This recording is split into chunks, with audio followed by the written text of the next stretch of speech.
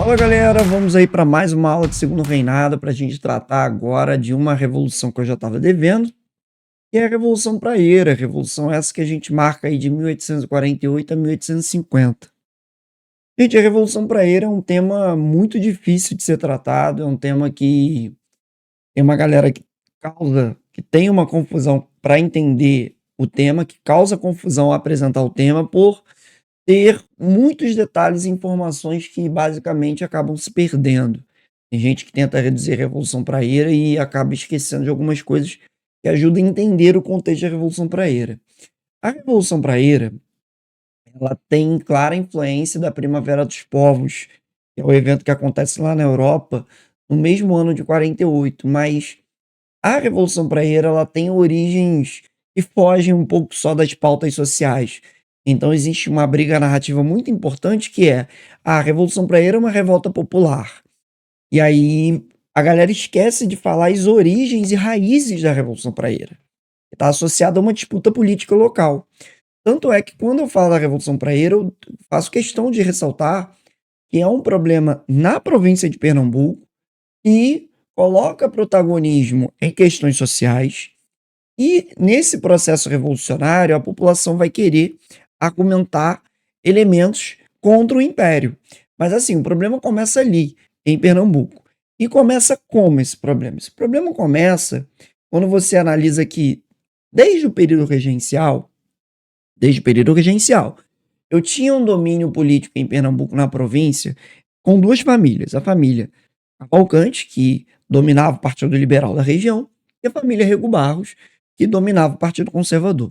As duas famílias tinham uma proximidade, tinham uma troca, e mesmo de partidos diferentes, elas faziam trocas de benesses, trocas de vantagens entre elas. Então, quando estava o Rego Barros governando a província, Cavalcante recebendo benefício. Quando Cavalcante governando a província, Rego Barros recebendo benefício. Então havia uma troca ali entre as duas famílias constante. Aqui na imagem, inclusive, está a figura do Francisco do Rego Barros, que era o Conde de Boa Vista, ou da Boa Vista, para corrigir, e que ele foi governante de 37 a 44 da província de Pernambuco. Então você tinha duas famílias que controlavam Pernambuco politicamente, que atendiam seus interesses politicamente. E quem não fizesse parte dessa panela política de Rego Barros e Cavalcante não ganhava benefício.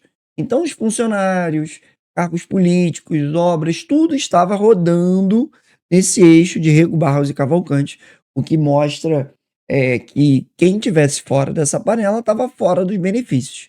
Então, quando você começa a analisar as raízes da Revolução Praieira, está associado a esse contexto.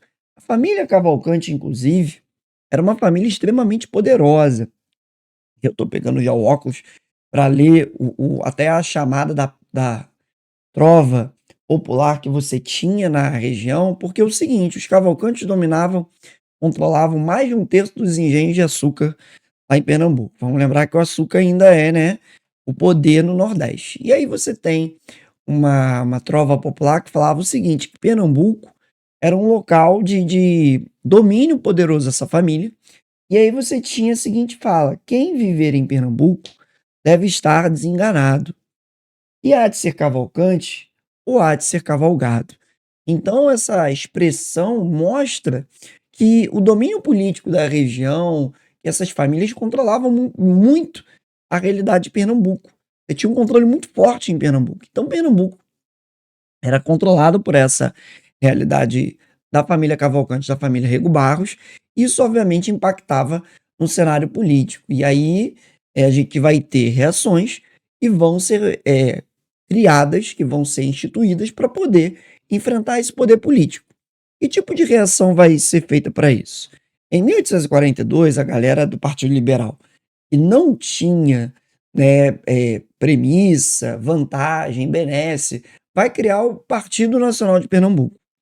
Esse partido vai ter como principal canal de comunicação o jornal Diário Novo, que eu consegui achar, inclusive edição, que é de 42. O jornal Diário Novo, ele vai ser um jornal que vai expressar a vontade dessa galera lá de Pernambuco, do Partido Nacional de Pernambuco. Esse jornal, ele era redigido aonde? Ele era redigido na Rua da Praia. E aí a galera, para facilitar, em vez de falar os partidários do Partido Nacional de Pernambuco, vão começar a falar que era o Partido da Praia, por fazer referência a essa ideia do jornal ser editado lá na Rua da Praia, então você vai ter uma edição do jornal sendo realizada ali, e isso, de certa forma, estende a ideia dos praeiros. Você vai ter outros jornais, como o Repúblico, do Borja Fonseca, e a Revista do Progresso, do Antônio Pedro Figueiredo, apoiando esse Partido Nacional de Pernambuco, que já mostra algumas relações com a galera dos liberais exaltados. Então você vai ter um alinhamento com os liberais exaltados nesse sentido. Aí você tem aqui ampliando o jornal Diário Novo, você consegue ver a data 1º de agosto de 1842, era um jornal que foi a plataforma política dos praeiros nesse sentido. Uma outra coisa que incomoda também é o fato de, em Pernambuco, você ter um domínio comercial realizado por portugueses. Os portugueses, eles tinham cerca de 54 casas comerciais, brasileiros tinham 23 casas comerciais, das 77 existentes em Pernambuco, e os portugueses dominavam o comércio, colocavam os preços elevados, contratavam somente portugueses. Então você vai criar também, vai ter ali, desde a Confederação do Equador de 1824, um sentimento anti-lusitano, um sentimento anti-português. Então isso também agrava a realidade do cenário presente naquele contexto. E aí, para a gente meio que concluir, os praeiros eles denunciavam esses abusos de poder do Rego Barros e Cavalcante, de longa data, denunciavam. Eles compravam escravizados a preços menores, que fugiam da perseguição e do patrulhamento que os ingleses já buscavam fazer, os ingleses já estavam pressionando. Daqui a pouco vai ter a aprovação da Bill Aberdeen, a Lei Eusébio de Queiroz, então os ingleses já estão ali enchendo o saco para que o tráfico de escravos acabe, né? E aí você tem os praeiros denunciando, mas os Rego Barros e Cavalcante continuavam a se defender, utilizavam o jornal Diário de Pernambuco, né? Muitos dos Rego Barros, os conservadores, eram chamados de guabirus pelos praeiros, a ideia de conservador, a ideia de atrasado. Então você tem uma galera sendo denunciada e os praeiros não vendo mudança nisso. Então, assim, é algo que incomoda, é algo que deixa um cenário de incômodo, com certeza. E aí, em 44, você tem uma mudança na política imperial, você tem um ministério liberal que assume o governo no segundo reinado, né? Você dá início a esse período chamado quinquênio liberal, que vai abrir possibilidade de fazer várias mudanças significativas, né? E com isso, com a mudança no governo central, você também vai mudar o governo provincial. Você vai tirar a figura do Rego Barros, que estava no poder desde 37, e vai colocar o Antônio Chichorro da Gama. Uma coisa importante a se comentar: nas eleições provinciais, você teve uma ampla vitória dos praeiros na Assembleia Legislativa Provincial. O Antônio Chichorro, ele é um aliado dos praeiros, e aí com isso você tem um presidente de província alinhado à Assembleia Legislativa Provincial, e você vai realizar várias emissões de cargos públicos de uma galera que estava alinhada ao governo anterior. E aí, com isso, os praeiros, obviamente, vão ser beneficiados. Então, assim, você vai tirar a galera que estava na gestão anterior, que estava onerosa, que estava tomando recurso, e vai colocar agora a beneficiar os praeiros. E, já antecipo, vão ter a mesma atitude, vão se beneficiar dos cargos da mesma forma.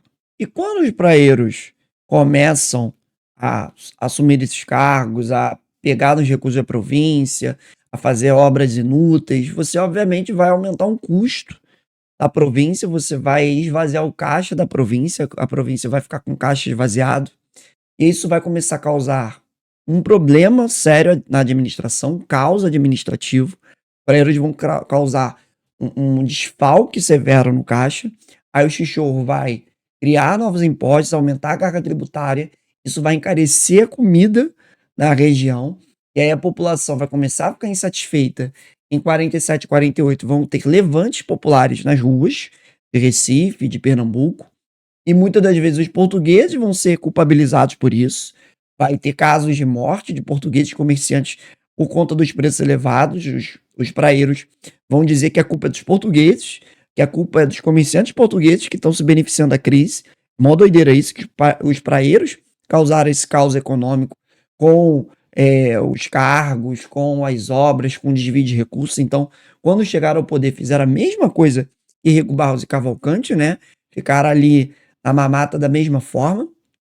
E aí, quando você tem um novo ministério no governo central, quando você acaba o ministério do quinquênio liberal e dá início a um ministério conservador, o Ministério Saquarema, aquele que vai ser conhecido como a Trindade Saquarema, que inclusive tem o Eusébio de Queiroz, vai ser ele que vai assinar a Lei Eusébio de Queiroz do fim do tráfico e tudo mais, você vai determinar que o Xixô saia da presente província de Pernambuco. Então você vai determinar a realidade de que o Xixô tem que sair, e com isso os praeiros já desmoralizados também vão ter que sair. Então você começa a um processo de que os praeiros vão ser demitidos.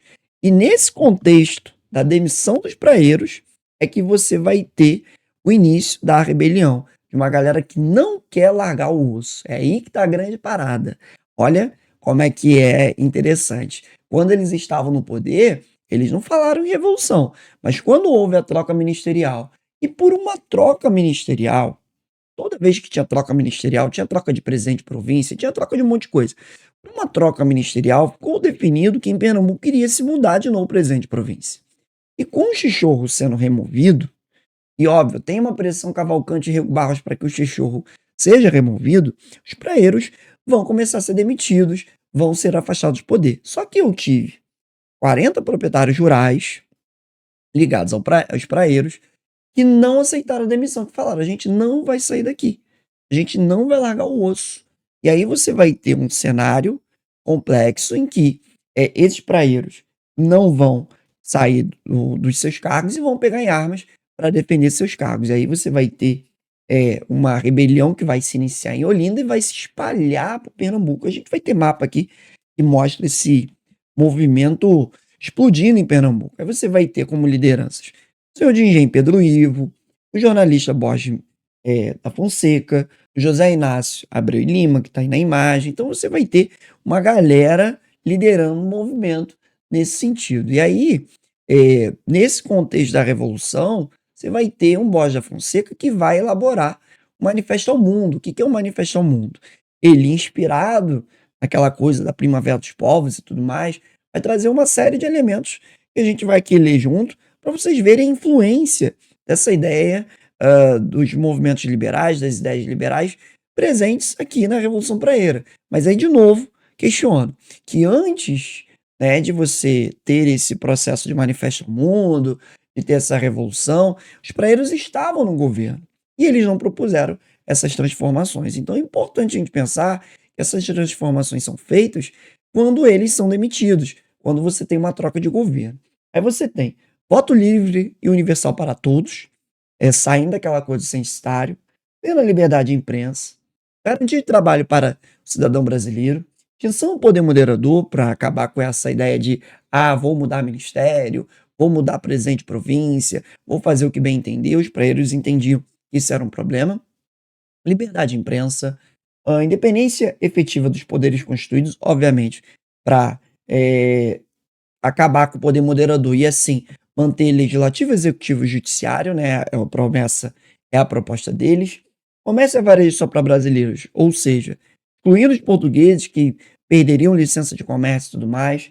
Estabelecimento de uma federação, direitos individuais do cidadão. Então você tem uma série de medidas que mostram que a Revolução Praeira ela começa a adotar uma postura de influência daquilo que foi, obviamente, a Primavera dos Povos.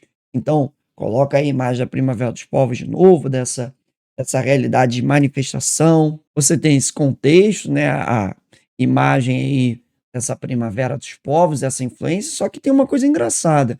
Você fala de direito de cidadão, você fala de liberdade, você fala de um monte de coisa, mas não fala do fim da escravidão. Então, assim, a gente percebe que o movimento nasce de problemas políticos, nasce de disputas políticas. Então é importante pensar isso.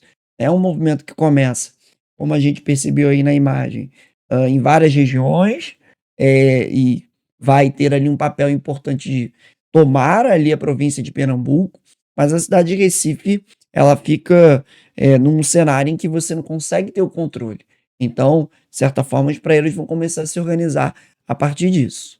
E aí os praeiros começam a receber adesão de trabalhadores, de camponeses, senhores de engenho, desempregados, então você começa a ter um movimento que vai crescendo. Esse movimento vai ter lideranças como Pedro Ivo, Félix de Brito Melo, Crioulo Elias, então você vai ter um apoio de resto da população ganhando força nisso. Eles vão se organizar a partir de Igaraçu e vão conquistando outras regiões, vai conquistar Nazaré, vai conquistar outras regiões do sertão de Pernambuco, né. E aí, no final de 48, você vai ter um império que vai perceber que o cenário está ficando feio lá em Pernambuco e por isso eles precisam enviar alguém, nesse contexto vão enviar o coronel José Joaquim Coelho para poder enfrentar essa rebelião que está virando um quadro de anarquia lá em Pernambuco. A situação está ruim, a situação está complicada, tá muito problemática em Pernambuco, então você começa a pensar na figura do coronel José Joaquim Coelho, né, para poder enfrentar. Quando chegam as tropas do Império, os praeiros ficam num cenário de pressão, eles concentram suas forças para atacar Recife e assim acabar com a presença das forças imperiais e consolidar o movimento. Os praeiros eles se concentram e já estão vivendo um processo de falta de arma, falta de munição, então eles começam a se concentrar para atacar Recife, porque eles acreditavam que nesse ataque eles conseguiriam assim acabar com a presença do Império e saírem vitoriosos. Porém, é que mesmo com o ataque feito de 2.000 praeiros, eles vão ser derrotados pelas forças do Império, pela figura do José Joaquim Coelho. Então o Império vai derrotar os praeiros vão perder, vão ter a morte aí de 500 homens, você vai ter muitos presos, né? Vai ter um grupo dos praeiros que vão se dispersar, que vão para o interior, o Borges da Fonseca, Pedro Ivo, José Inácio Abreu e Lima vão continuar resistindo, lutando, né?